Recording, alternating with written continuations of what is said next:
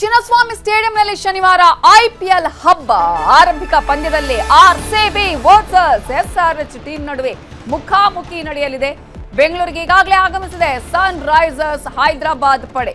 Abhishek Sharma, Muraleedharan, Pat Cummins, Harshal Patel, Nitish Kumar ಸೇರಿದಂತೆ ಹಲವರು ಬಂದಿದ್ದಾರೆ. ಈಗಾಗಲೇ ಕಾತರದಿಂದ ಕಾಯ್ತಾ ಇದ್ದಾರೆ ಐಪಿಎಲ್ ಅಭಿಮಾನಿಗಳು, ಆರ್ಸಿಬಿ ಅಭಿಮಾನಿಗಳು. ಯಾವಾಗ ಆರಂಭ ಆಗುತ್ತೆ ಮ್ಯಾಚ್ ಅಂತ ಕುತೂಹಲದಿಂದ ಕಾಯ್ತಿದ್ದಾರೆ. ಅದರದ್ದೇ ಮಾತುಗಳು ಈಗ ಎಲ್ಲಾ ಕಡೆ ಕೇಳಿ ಬರ್ತಾ ಇದೆ. ಅದರಲ್ಲೂ ಕೂಡ ನಮ್ಮ ಚಿನ್ನಸ್ವಾಮಿ ಸ್ಟೇಡಿಯಂನಲ್ಲಿ ಐಪಿಎಲ್ ಮ್ಯಾಚ್, ಅದರಲ್ಲೂ ಕೂಡ ಉದ್ಘಾಟನಾ ಪಂದ್ಯ ನಡೆಯುತ್ತೆ ಅನ್ನುವಂತಹ ಖುಷಿನೇ ಈಗ ಅನೇಕ ಐಪಿಎಲ್ ಅಭಿಮಾನಿಗಳಿಗೆ, ಆರ್ಸಿಬಿ ಅಭಿಮಾನಿಗಳ ಮುಖದಲ್ಲಿ ಕಾಣಿಸ್ತಾ ಇದೆ. ಈ ಹಿನ್ನೆಲೆಯಲ್ಲಿ ಈಗ ಆರ್ಸಿಬಿ ಜೊತೆಗೆ ಎಸ್ಆರ್ಎಚ್ ಟೀಮ್ನ ಆಟಗಾರರು ಈಗಾಗಲೇ ಬೆಂಗಳೂರಿಗೆ ಆಗಮಿಸ್ತಾ ಇರುವಂತಹ ದೃಶ್ಯಗಳನ್ನು ಕೂಡ ನಿಮಗೆ ನಾವು ತೋರಿಸ್ತಾ ಇದ್ದೀವಿ. ಇನ್ನು ಮುಂದೆ ಏನಿದ್ರು ಕೂಡ ಐಪಿಎಲ್ ಅನ್ನುವಂಥದ್ದೇ. ಚಿನ್ನಸ್ವಾಮಿ ಸ್ಟೇಡಿಯಂನಲ್ಲಿ ಮ್ಯಾಚ್ ನಡೆಯುತ್ತಾ ಇಲ್ವಾ ಅನ್ನುವಂತಹ ಪ್ರಶ್ನೆ ಇತ್ತು. ಅಂತೂ ಇಂತೂ ಸಾಕಷ್ಟು ಸಮಿತಿಗಳು, ಸಭೆಗಳ ಮೇಲೆ ಸಭೆಗಳು ಆದ ಬಳಿಕ ಕೊನೆಗೂ ಈಗಾಗಲೇ ಚಿನ್ನಸ್ವಾಮಿ ಸ್ಟೇಡಿಯಂನಲ್ಲಿ ಮ್ಯಾಚ್ ನಡೆಯುತ್ತೆ. ಅದರಲ್ಲೂ ಪ್ರಮುಖವಾಗಿ ಉದ್ಘಾಟನಾ ಪಂದ್ಯವೇ ಚಿನ್ನಸ್ವಾಮಿ ಸ್ಟೇಡಿಯಂನಲ್ಲಿ ನಡೀತಾ ಇರೋದು. ಈ ಹಿನ್ನೆಲೆಯಲ್ಲಿ ಈಗಾಗಲೇ ಆರಂಭಿಕ ಪಂದ್ಯದಲ್ಲಿ ರಾಯಲ್ ಚಾಲೆಂಜರ್ಸ್ ಬೆಂಗಳೂರು, ಅದೇ ರೀತಿಯಾಗಿ ಸನ್ ರೈಸರ್ಸ್ ಹೈದರಾಬಾದ್ ತಂಡ ಮುಖಾಮುಖಿಯಾಗುತ್ತೆ. ಈಗಾಗಲೇ ಹೈದರಾಬಾದ್ ಪಡೆ ಬೆಂಗಳೂರಿಗೆ ಆಗಮಿಸಿದೆ. ಇನ್ನು ಇದರಲ್ಲಿ ಅಭಿಷೇಕ್ ಶರ್ಮಾ, ಮುರಳೀಧರನ್, ಪ್ಯಾಟ್ ಕಮಿನ್ಸ್, ಹರ್ಷಲ್ ಪಟೇಲ್, ನಿತೀಶ್ ಕುಮಾರ್ ಸೇರಿದಂತೆ ಆಲ್ರೆಡಿ ಈಗಾಗಲೇ ಆಟಗಾರರು ಬಂದಿದ್ದಾರೆ.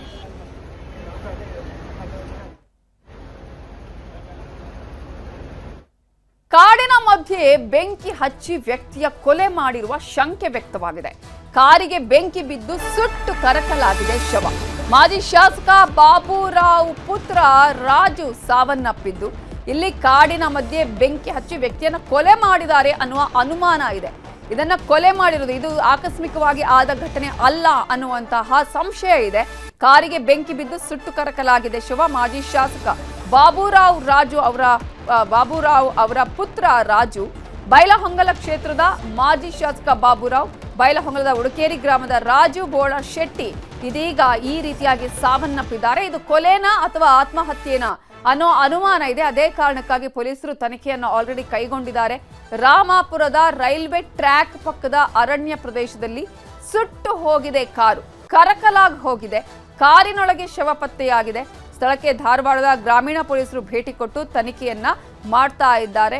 ಆಕಸ್ಮಿಕವಾಗಿ ನಡೆದಿರೋದು ಅಥವಾ ಇದು ಯಾರಾದರೂ ಕೊಲೆ ಮಾಡಿರೋದು ಅನ್ನುವಂತಹ ಒಂದು ಅನುಮಾನ ಕೂಡ ಇದೆ, ಅಥವಾ ಈ ಒಂದು ವಿಚಾರದಲ್ಲಿ ಆತ್ಮಹತ್ಯೆನಾ ಅನ್ನುವಂತಹ ಅನುಮಾನ ಕೂಡ ಇದೆ.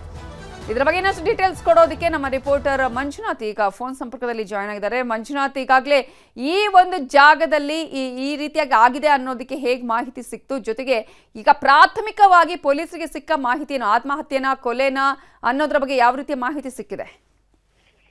ಹೌದು ನೌಕಾಜನ್, ಈಗಾಗಲೇ ಬೈಲಹೊಂಗಲದ ಮಾಜಿ ಶಾಸಕರಾದಂತಹ ಬಾಬುರಾವ್ ಬೋಳಶೆಟ್ಟಿ ಅವರ ಮಗ ಕಾರಿನಲ್ಲಿ ಸುಟ್ಟು ಕರಕಲಾಗಿರುವ ಈಗ ಪತ್ತೆಯಾಗಿರುವ ಮೂಲಕ ಈಗಾಗಲೇ ಕೂಡ ಒಂದ್ ಕಡೆಯಿಂದ ಕೊಲೆ ಮಾಡಿರೋ ಸಂಖ್ಯೆ ಕೂಡ ವ್ಯಕ್ತ ಆಗ್ತಾ ಇದೆ. ಯಾಕಂತಂದ್ರೆ ಈಗಾಗಲೇ ಬೈಲಹೊಂಗಲದ ಉಡುಕೇರಿ ಗ್ರಾಮದ ನಿವಾಸಿಯಾಗಿರುವಂತ ಇವರು ಇಲ್ಲಿ ದಟ್ಟವಾದ ಕಾಡು, ಯಾಕಂತಂದ್ರೆ ಧಾರವಾಡ ತಾಲೂಕಿನ ಗಡಿಭಾಗದಲ್ಲಿ ಕಾಡಿನ ಅಂಚಿನಲ್ಲಿರುವಂತಹ ರಾಮಾಪುರ ಗ್ರಾಮದ ಹೊರವಲಯದಲ್ಲಿ ಈ ಒಂದು ಘಟನೆ ನಡೆದಿದೆ ಅಂತ ಹೇಳ್ಬೋದು. ಜಮೀನಿಗೆ ಬಂದಂತ ರೈತರು ಬೆಳಗಿನ ಜಾವ ಈ ಕಾರು ಸುಟ್ಟು ಕರಕಲಾದಂತ ನೋಡಿದಂತ ರೈತರು ಸ್ಥಳೀಯ ಪೊಲೀಸರಿಗೆ ಮಾಹಿತಿಯನ್ನ ನೀಡ್ತಾರೆ. ಮಾಹಿತಿ ಪಡೆದಂತ ಪೊಲೀಸರು ಸ್ಥಳಕ್ಕೆ ಬಂದಾಗಲೇ ಗೊತ್ತಾಗಿದ್ದು ಇಲ್ಲೊಂದು ಕಾರಿನಲ್ಲಿ ಒಬ್ಬರ ವ್ಯಕ್ತಿಯನ್ನ ಸುಟ್ಟಿರೋದು. ಆಮೇಲೆ ತನಿಖೆಯನ್ನ ಗ್ರಾಮೀಣ ಪೊಲೀಸರು ಕೈಗೊಂಡಿದ್ದಾರೆ. ಆದ್ರೆ ನಿರ್ಜನ ಪ್ರದೇಶ ಇರೋದ್ರಿಂದ ಏಕಾಏಕಿ ಕಾರನ್ನ ತೆಗೆದುಕೊಂಡು ಬಂದು ಇಲ್ಲಿ ಸುಟ್ಟಿದ್ದು ಕೂಡ ಒಂದ್ ಕಡೆ ಅನುಮಾನ ವ್ಯಕ್ತವಾಗಿದ್ದು ಪೊಲೀಸರು ಕೂಡ ತನಿಖೆಯನ್ನ ಕೈಗೊಂಡಿದ್ದಾರೆ ಅಂತ ಹೇಳ್ಬೋದು. ಅಂದ್ರೆ ಏನಾದ್ರು ಎಷ್ಟು ದಿನದಿಂದ ಕಾಣೆ ಆಗಿದ್ರು, ಕಾಣಿಸ್ತಾ ಇಲ್ಲ, ಆ ರೀತಿಯಾಗಿ ಏನಾದ್ರು ಇತ್ತಾ? ಹೇಗೆ ಏನಾದ್ರು ಕಂಪ್ಲೇಂಟ್ ಮೊದಲೇ ರಿಜಿಸ್ಟರ್ ಆಗಿತ್ತಾ ಈ ವಿಚಾರದಲ್ಲಿ?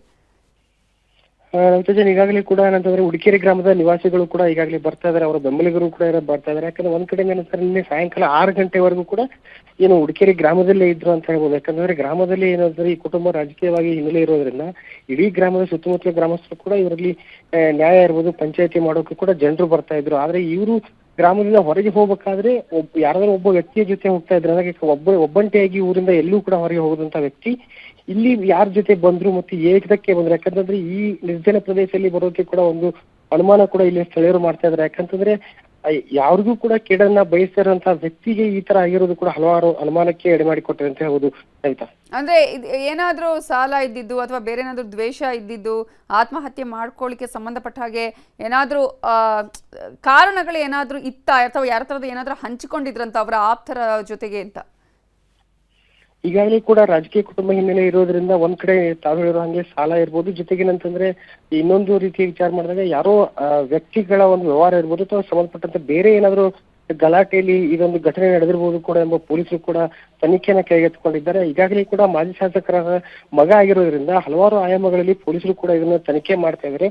ಆದ್ರೆ ಇಲ್ಲಿರುವ ಸಿಚುವೇಶನ್ ಅನ್ನು ನೋಡಿದ್ರೆ ದಟ್ಟವಾದ ಅರಣ್ಯದ ಅಂಚಿನಲ್ಲಿ ಈ ಘಟನೆ ನಡೆದಿರೋ ಕೂಡ ಒಂದ್ ಕಡೆ ಏನಂತಂದ್ರೆ ಇಂಥ ಪ್ರದೇಶಕ್ಕೆ ಬಾರದೇ ಇರುವಂತ ವ್ಯಕ್ತಿ ಏಕಾಏಕಿ ವೆಗನರ್ ಕಾರ್ ನಲ್ಲಿ ಬಂದು ಈ ರೀತಿಯಾಗಿ ಪ್ರಕರಣ ಕಂಡು ಬರೋದು ಕೂಡ ಹಲವಾರು ಅನುಮಾನಕ್ಕೆ ಎಡೆಮಾಡಿಕೊಟ್ಟಿದೆ. ಈ ವಿಚಾರವಾಗಿ ಗ್ರಾಮೀಣ ಪೊಲೀಸರು ಕೂಡ ಕೈಗೆತ್ತಿಕೊಂಡು SP ಆದಂತ ಗುಂಜನಾರೆ ಕೂಡ ಏನಂತಂದ್ರೆ ಈ ವಿಚಾರ ಪ್ರಕರಣಕ್ಕೆ ತನಿಖೆನ ಕೈಗೆತ್ತಿಕೊಂಡಿದ್ದಾರೆ. ರಾತ್ರಿಯ ವೇಳೆಗೆ ಆಗಿರುವ ಹಾಗೆ ಕಾಣಿಸ್ತಾ ಇದೆಯಾ ಇಲ್ಲಿ ಹೇಗೆ?